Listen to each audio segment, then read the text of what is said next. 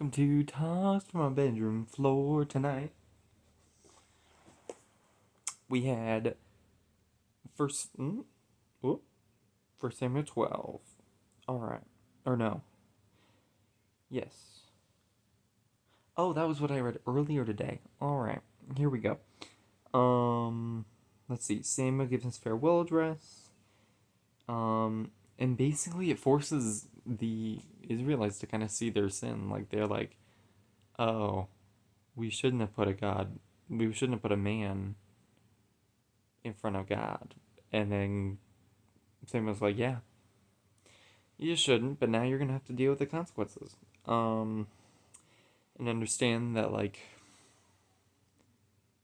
it's important that you respect him because God placed him there, and even though he's going to make bad choices that you don't like, um, he's still God put him in a place of authority, and therefore it's important to respect him.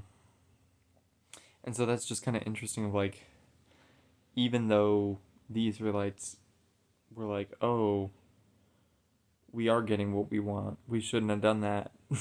And Sam was like, yeah, but the importance of kind of understanding that you have consequences for your actions, and like, you chose to put a man in front of God.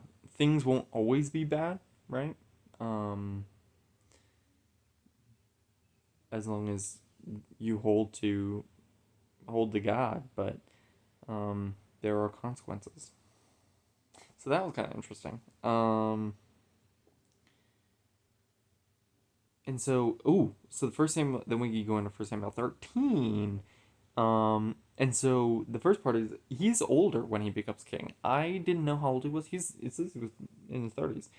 Um, and so the kind of like that proof of like patience, right? As a young person, I'm especially recently been praying a lot about like I should probably be patient and understand that like God's timing is God's timing, and most of the time God doesn't do things with you early. Like we gotta build and mature and grow and trust in Him first, and then things move. And so there's that.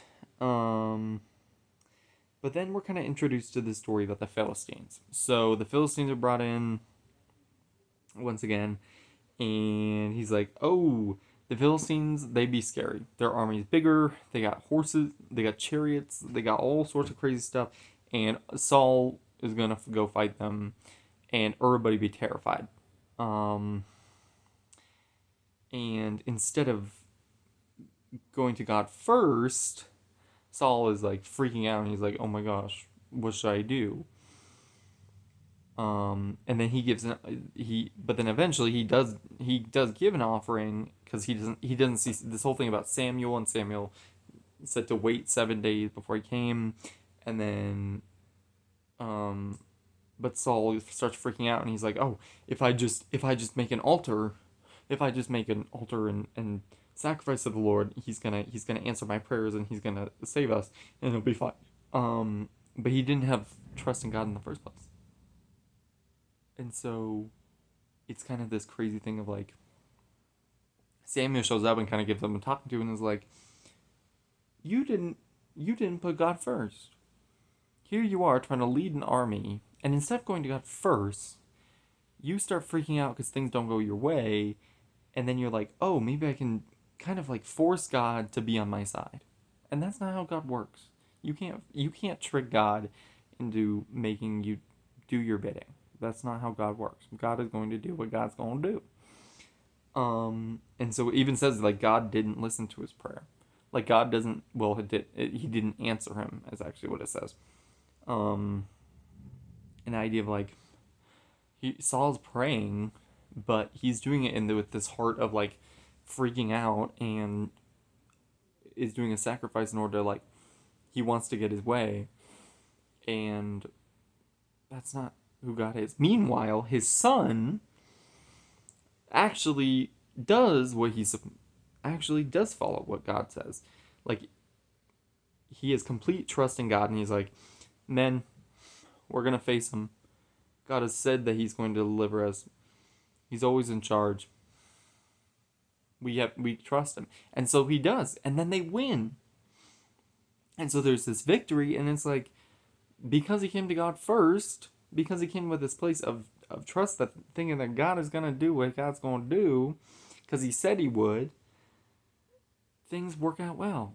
Some like that first step is just trust that God is gonna do it.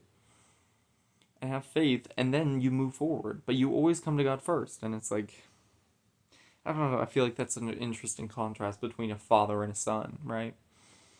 And then there's a whole thing about a honeycomb, right? So basically, Saul does. Saul's all grumpy. Okay, Saul's kind of grumpy, and he's like, I want, I want revenge on the Philistines, and then until someone get the Philistines, I don't want anyone to eat. Otherwise, I'm going to kill them. He threatens to kill people if they eat before they kill the leader or the guy, whatever random dude. It doesn't matter what the guy is. Saul's losing it. Like, to want revenge so badly for your loss and your failure.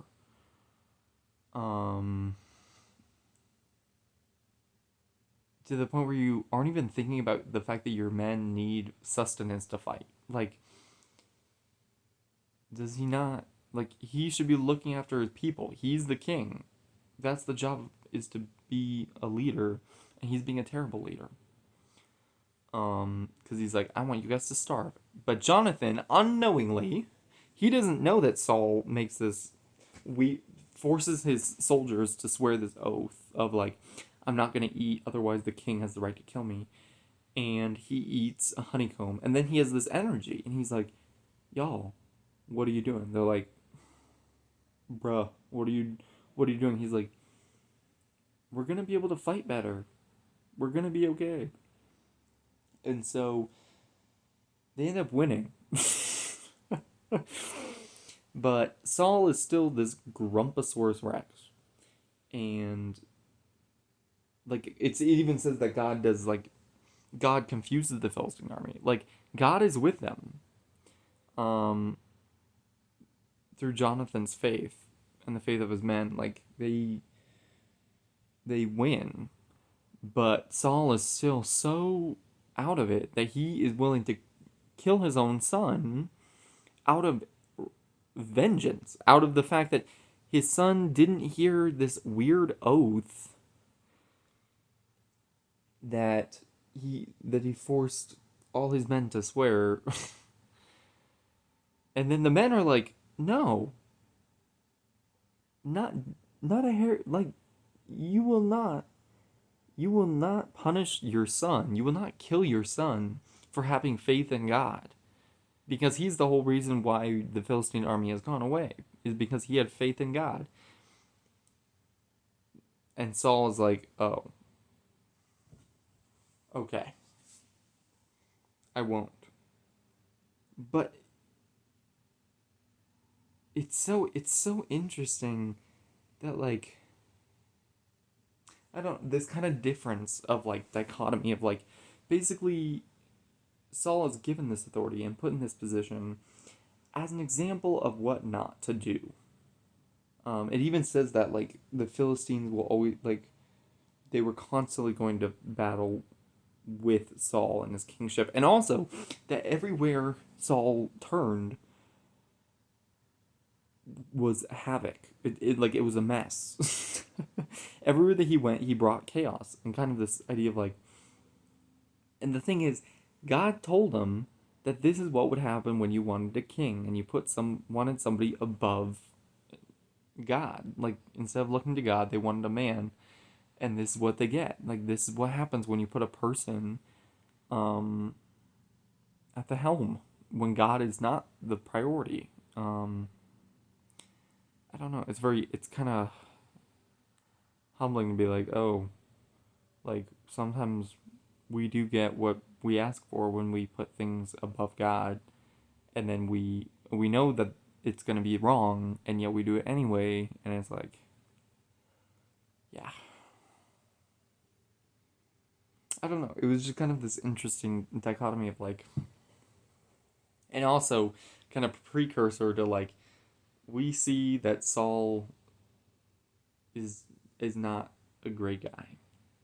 Um, he's making a lot of mistakes, but God still put him in his position for a reason, and kind of an understanding of like why does God put people into power or put things into place that could possibly seems like a mess, but I mean we'll learn later that because of Saul, right?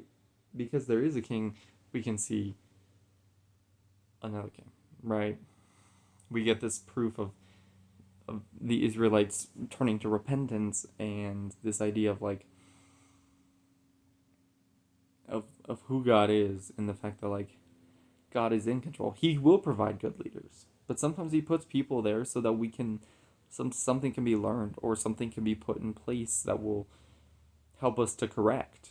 Because he knows the whole story. He knows the big story, but sometimes all we see is the part that we're living, or all we see at the current moment, and we don't see all the pieces.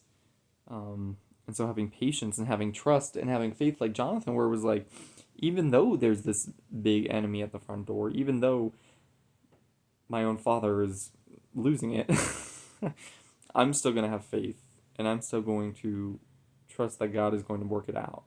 And he does. And it works out. But that's because of faith. Because that's who God is. And he's always looking out. And so, yeah, that was kind of what I got from today's reading. Nothing, not as long, but, still something good.